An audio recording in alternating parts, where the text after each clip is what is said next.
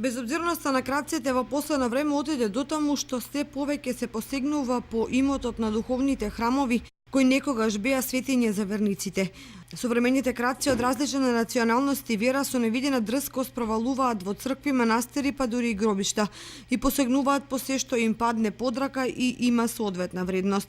Од повеќе светилишта во изминатите месеци и години беа украдени камбани, котли, казани, пари кои ги оставиле верниците, икони и разен друг имот. И најголемиот велелепен манастир Свети Пантелејмон кај селото Пантелеј неодамна беше на удар на крадци.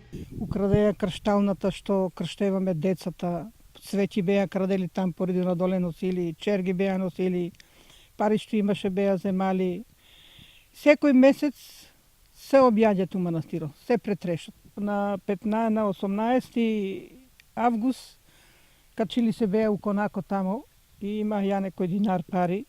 Ја не чувам туа пари, ама така тога и 2 пенсиички така бех зачувала. Не си бех купила пчиња, бех болна, на лекар одих, па ги тие пари позачувах. На деца не давах и улегнали 11.012 беа земали ми ги. После сао нек напред на недела у манастирот па беа улевали, скршили това сандачето што донират, што пуштат донација, скршили го.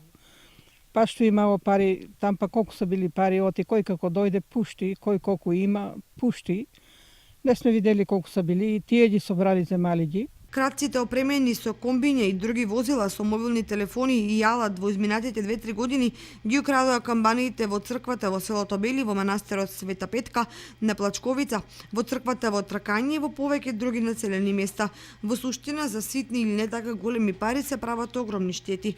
Ваквите појави ги натера одговорните на црквите и манастирите да преземат соодветни мерки за заштита, но од време на време провалниците повторно успеваат да направат некоја штета.